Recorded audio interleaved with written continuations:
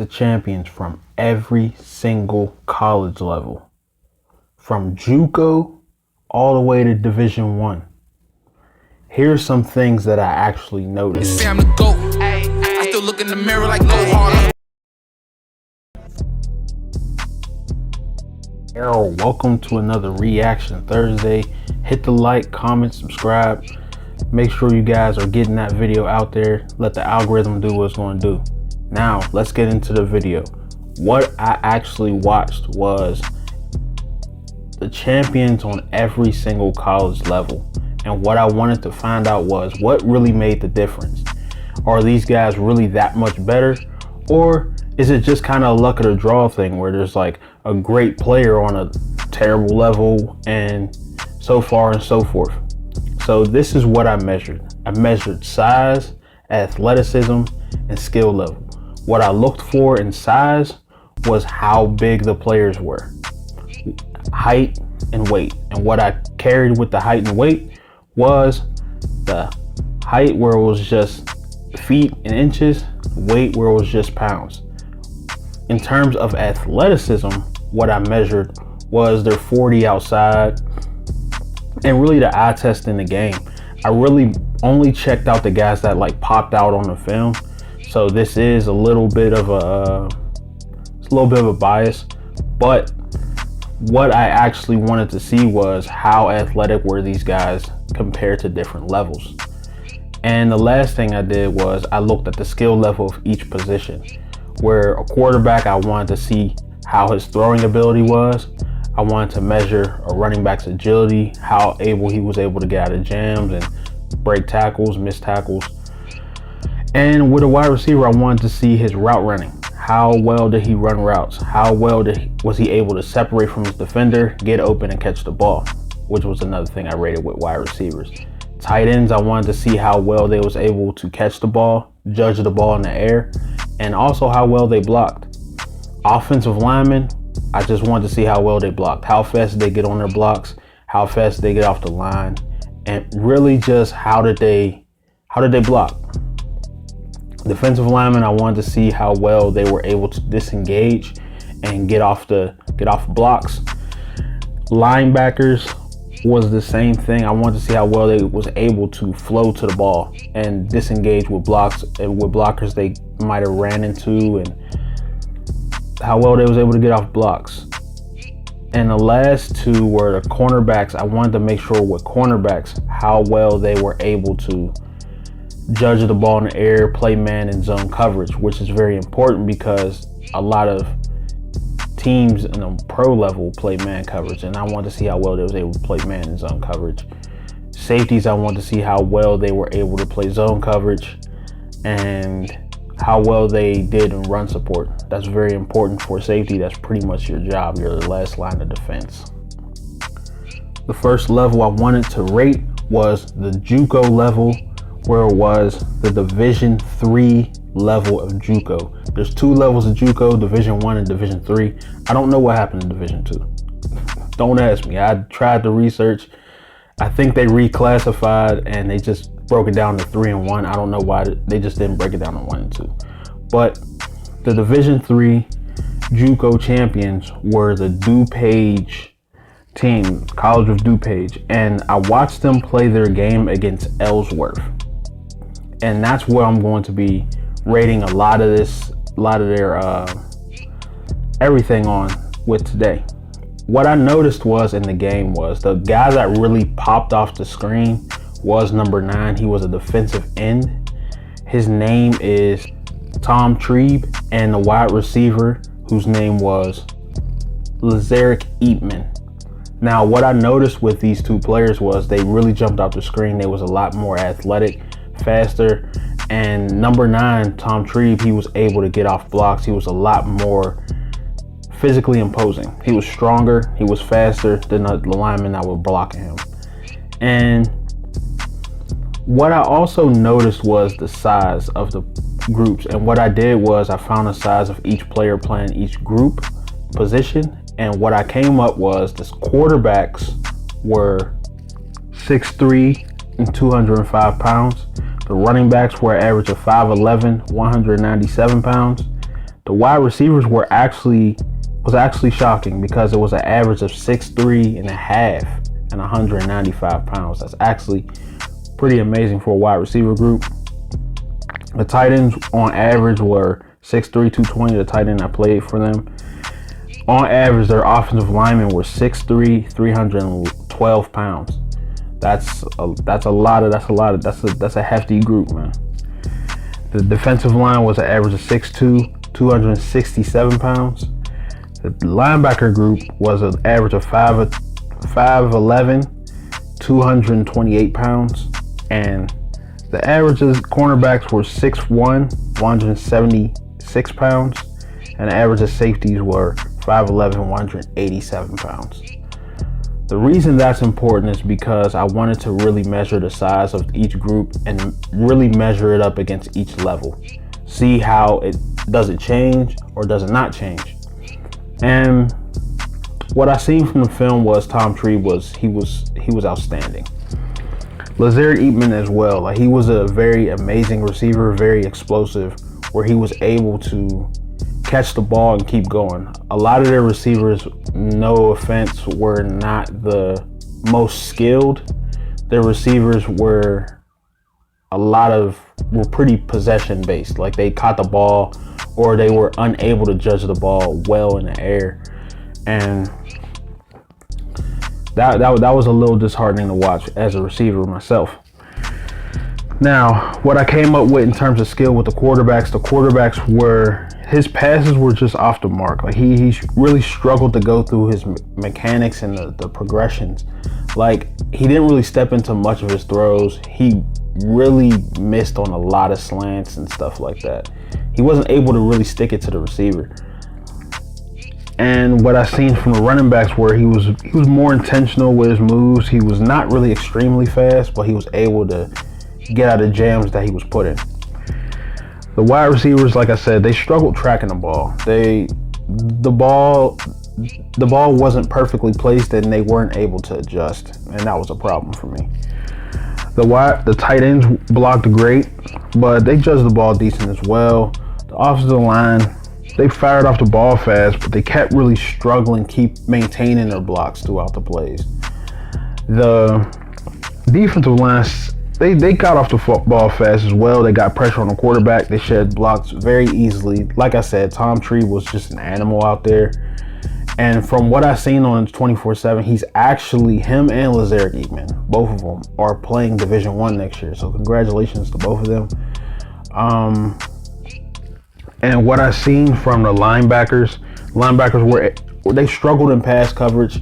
The one time there was a slant and the guy didn't even break on the ball. Like, it's like he didn't see it.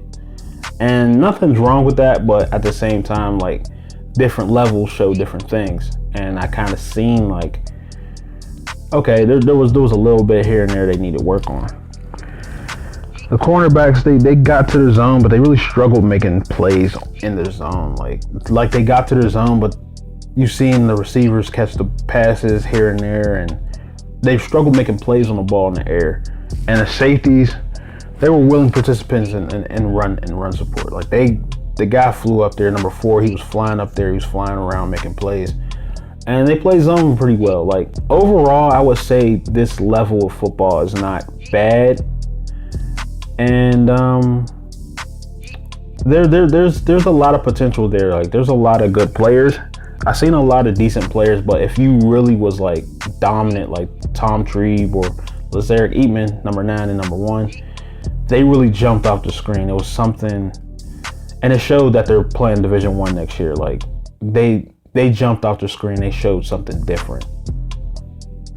The next level of football I've seen was the JUCO Division I level.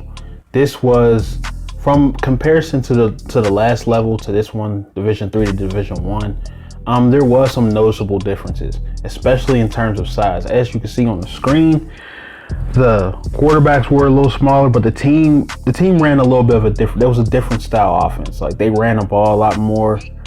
And when they threw the ball, they had explosive players to get the ball. But as you can see on the screen, their offensive linemen, they were bigger on average. Their tight ends was bigger on average. But what I also noticed was there was a noticeable speed to the game where it was more controlled chaos.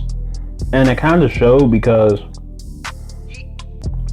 as the players I looked out for in terms of where I was looking in terms of athleticism, number 6, Malik Phillips, and number 3, Anthony Grant really stood out to me.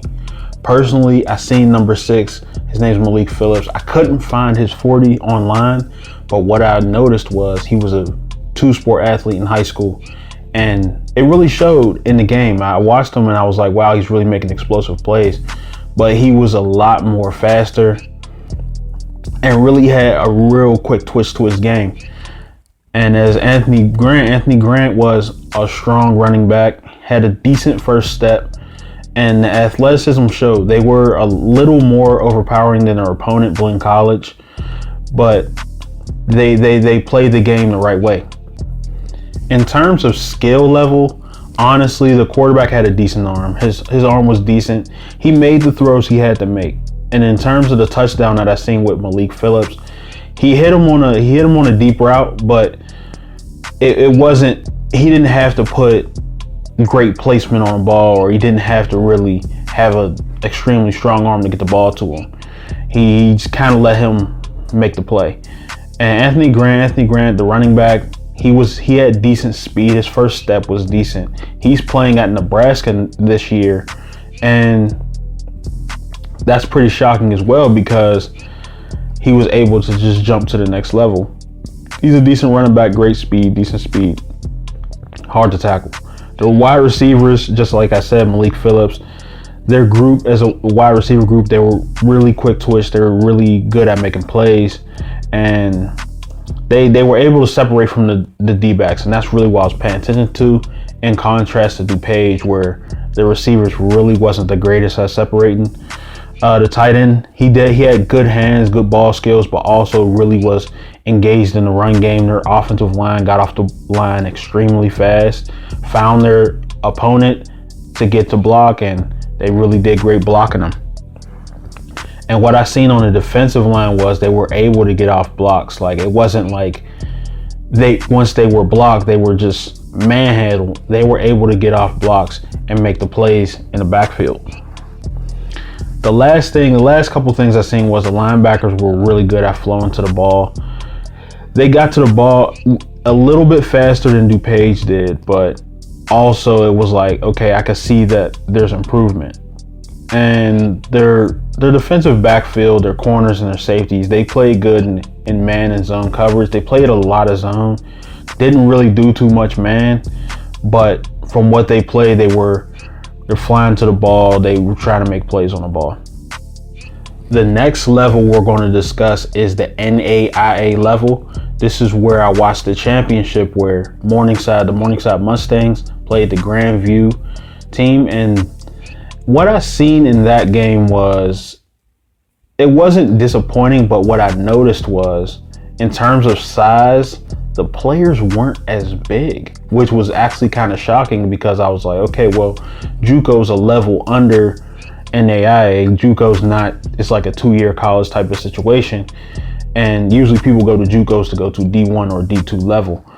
And there was a noticeable differences between the two JUCO levels. But what I seen with the NAIA, I was kind of shocked because I was like, wow, like in terms of size, as you can see on the screen, the offensive linemen were smaller, the defensive linemen were around the same size.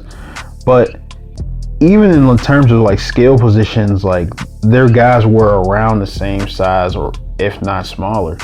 And that kind of shocked me because I thought like, oh, they'll have bigger players. And that's just like the general thought pattern of most people. Oh, they're bigger, faster, stronger. But that necessarily wasn't the case with NAIA. And the next thing I noticed was, in terms of athleticism, the two guys that really popped off the screen was number 2 and number 81. Number 2, his name was Caleb Schwiegert. From what I seen, he did very well in high school in Nebraska. He went in the All-Star game in Nebraska and did his thing. But I couldn't really find his 40 or anything. But what I noticed in the game was he popped off a little bit, but he never had great straightaway speed. Like he was really agile and able to get away from defenders, but he didn't have that straightaway speed that I was anticipating.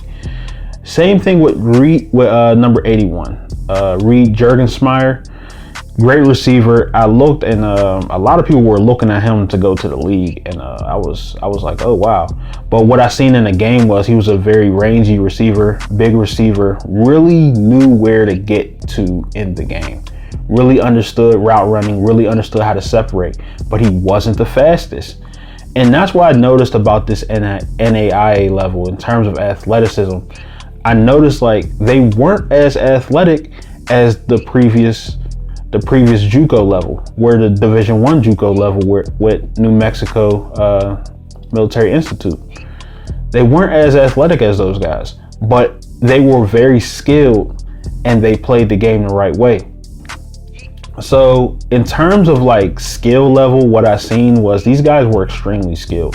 The quarterback was good at placing the ball. This team threw the ball a lot, but they also ran the ball a lot. And in the championship game, they ran the ball a decent amount. The running back was great.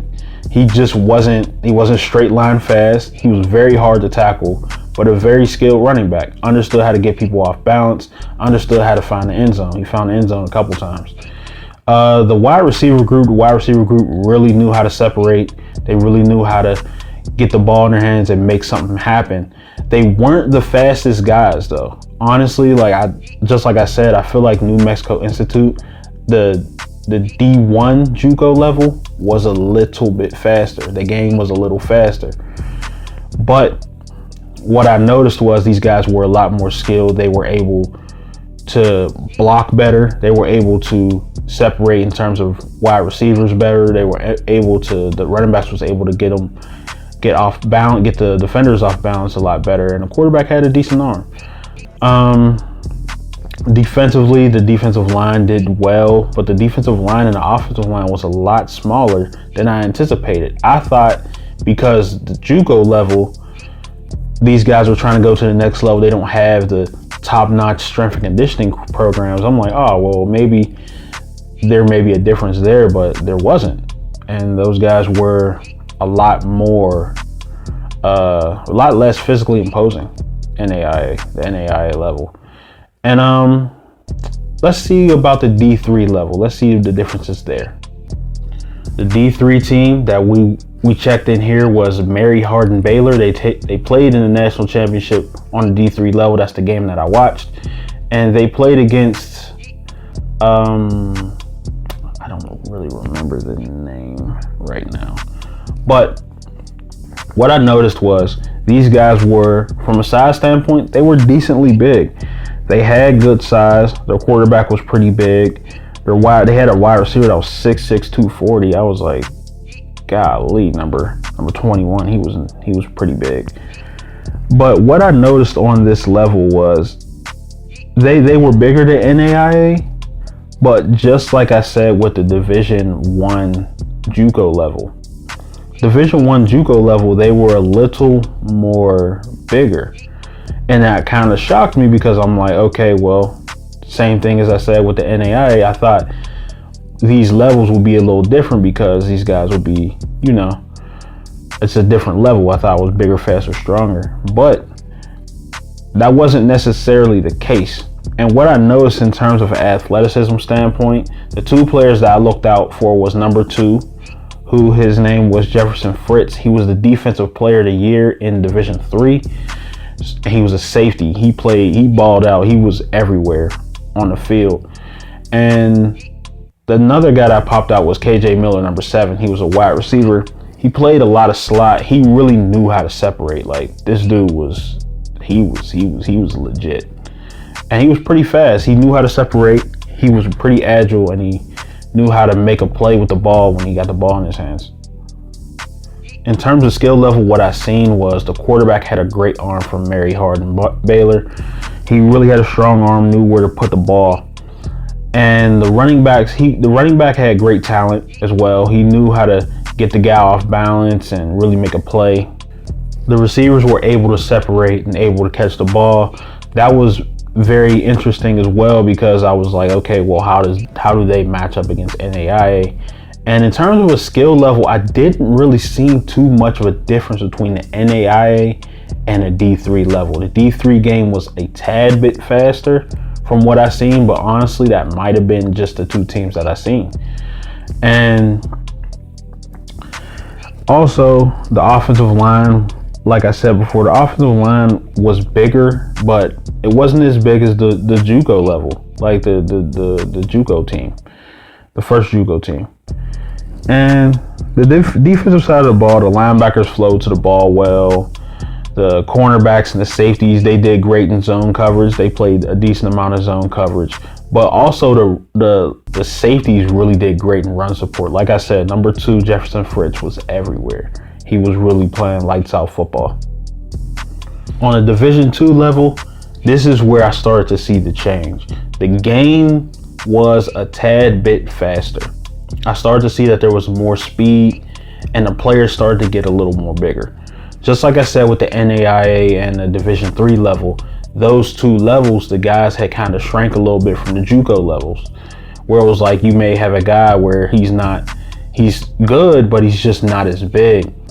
And I seen on the Division II level that these guys were bigger than the Division III and the NAIA level, as you can see on the screen. But also, it may just been of what they ran, like the style of offense they ran.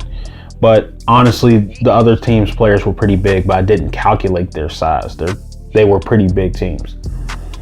From what I seen, the player that popped up on screen the most was Jared Bernhardt.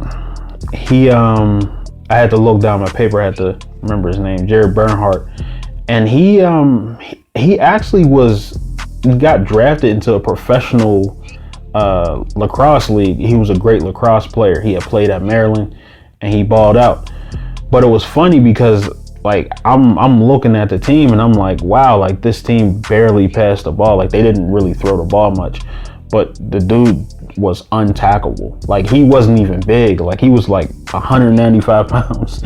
Like, and it was just crazy, like, watching him rip off these 50-yard runs, 60-yard runs. And I'm like, how can they not tackle him? But he was extremely fast. He's quite the athlete if he played lacrosse at Maryland at a high level and then comes down and plays quarterback. He's quite the athlete. So I couldn't really find no times of 40s and stuff on him either.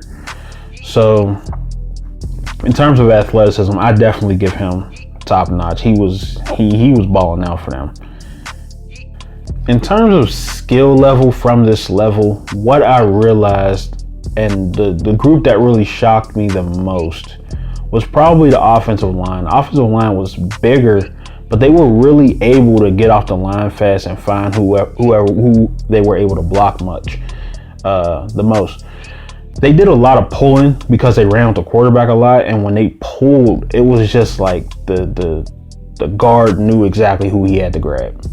Whereas I seen on the D2 level, on the D3 level, with the JUCO, guys were kind of not sure who they were getting. They were a little hesitant, just a tad, but it was just a noticeable difference. The game was a little faster, but it was more controlled.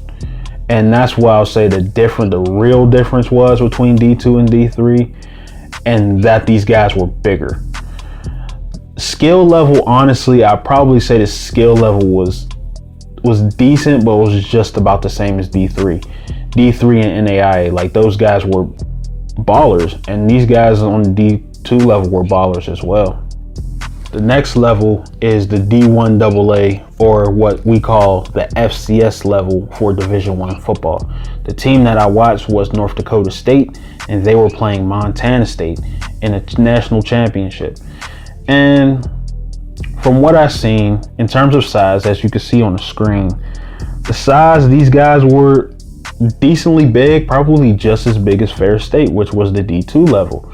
And honestly, these two levels have a very close to my heart, because when I first came out of high school, I went to D1 AA school first, now known as FCS, and then I ended up at D2. And what I can tell you from a skill level, from my personal experience, was very similar to this personal experience.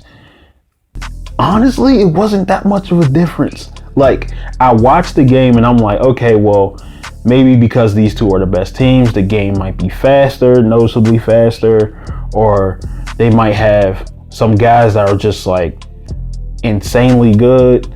But from what I've seen, honestly, there was a tad bit difference. The only difference I really seen was like some of the skill position guys were like really, really good. Like the wide receivers for North Dakota State, like they had an average of like 6'6", 205. The one dude actually got drafted in the second round. He plays for the Packers now, Christian Watson. And that was really the guy that I was watching. That was, in terms of athleticism, he's a heck of a guy. They even handed him the ball a couple times. Like, I was like, golly, like they're just trying to get the ball in his hands. But he's a really good player. Another thing I noticed was the line was kind of the same size, but like in terms of like execution, the game looked a little cleaner. Like it seemed like everybody was, in terms of skill level, these guys were like very militant in their approach.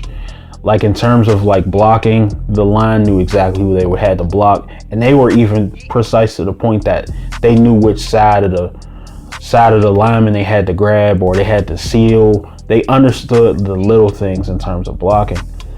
And also in terms of skill position, I would say was pretty similar, honestly. But the only thing that I was like really shocked was with the receivers. The receivers knew how to separate. They were 6'6". They knew how to drop their hips. They really shocked me in terms of like how good they were at that size on that level. And that really set the tone of that game. That game was pretty much a blowout because Montana State, their quarterback got hurt. But what I seen on that level shocked me. But honestly, in terms of D2, if I had to like just grade those two levels, D2 is a little, it's about the same. It's honestly about the same if I had to be brutally honest. Last but not least, and this is probably why most people watch the video, we got the Division I level, the FBS champions, Georgia Bulldogs. They played Alabama, and let's see what we came up with. And in terms of size, as you can see on the screen, these guys are like, in terms of like interior, like the offensive lineman and defensive lineman, like these dudes are like way bigger than everybody else. Like, how do you have an average of 324 pounds on the line? Like, that's, where are you finding these people? They're making them in labs. So like, in terms of like size and athleticism, this was obviously superior to the D1 AA level and the D2 level, because these guys were just so much bigger and faster. In terms of skill though, I'll get into that in a second, but in terms of size, you guys see they're bigger. They're a bigger group. Like on average, their linebackers was 6'2", 233. And they had an average on defensive line of 6'4", 285. Jordan Davis was a majority of that because he's 6'6", 340. He was made in a lab. And even their receivers, like the receivers were about decent size, but even their tight end, like 6'4", 230, but he moved like a receiver. Bowers. But what I noticed was, in terms of like athleticism, Jordan Davis and Nakobe Dean and George Pickens jumped off the board. Like, George Pickens plays for the Steelers now. They call him NFL young boy now.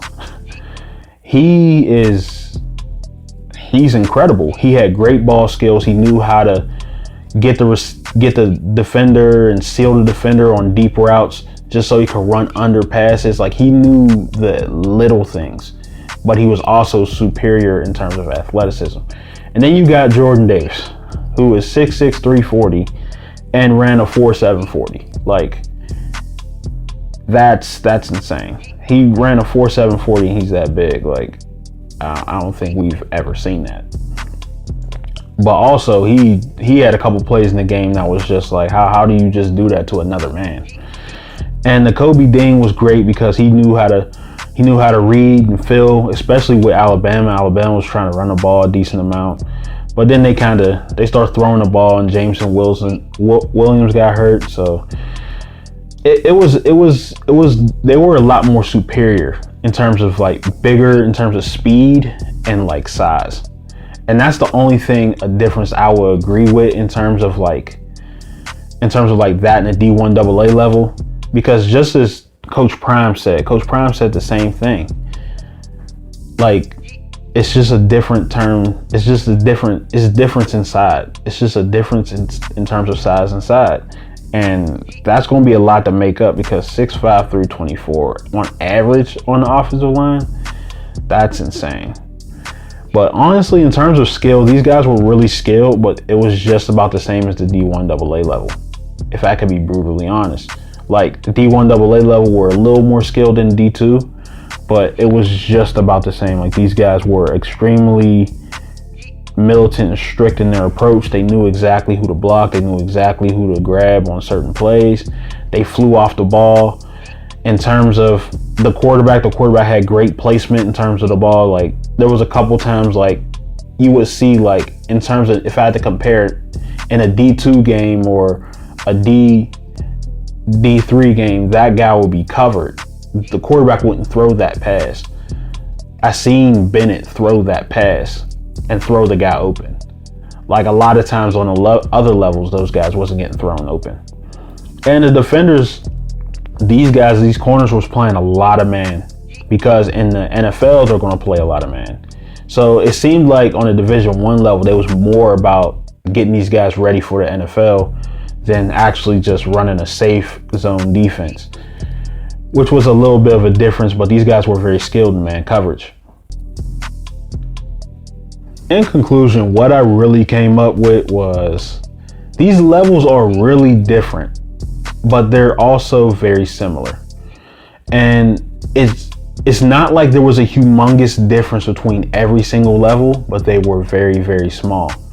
And honestly, the difference between D1 and D2, like D1 FBS level and D2, is very, very small. So a lot of times when you watch these guys, don't think because a dude came from a D2 school, he's not going to be ready for the NFL. He probably will be ready for the NFL. He might be ready for the NFL, but it's just a different style of game that these guys are looking for on different levels. Whereas on the NAIA and the D3 level, it's more about skill, but these guys are a little less physically imposing, and they might not be as big, but the skill position guys, they may be ballers, and they may be able to play on a D2 or D1 FCS level. So you can't really, it's honestly, from what I've seen, there is small differences, but they're very, very small differences. And it's in terms of like skill and athleticism. It really has nothing, like the size was differing on the inside, but on the outside in terms of skill position, it kind of kept and was kind of the same, except North Dakota State, who has 6'6" receivers on average. But in terms of like the interior linemen and the defensive line, the trenches, those guys, the size difference was really what changed everything. And the skill level was a little different. It got better the higher you went, but also D2 and D3, between D1 AA and D2, the skill level was very, very similar. Check this video out on the screen if you want to be mean on that green, or real on that field, or extort on that court. The No Baller Left Behind Act supports this video. You feel me?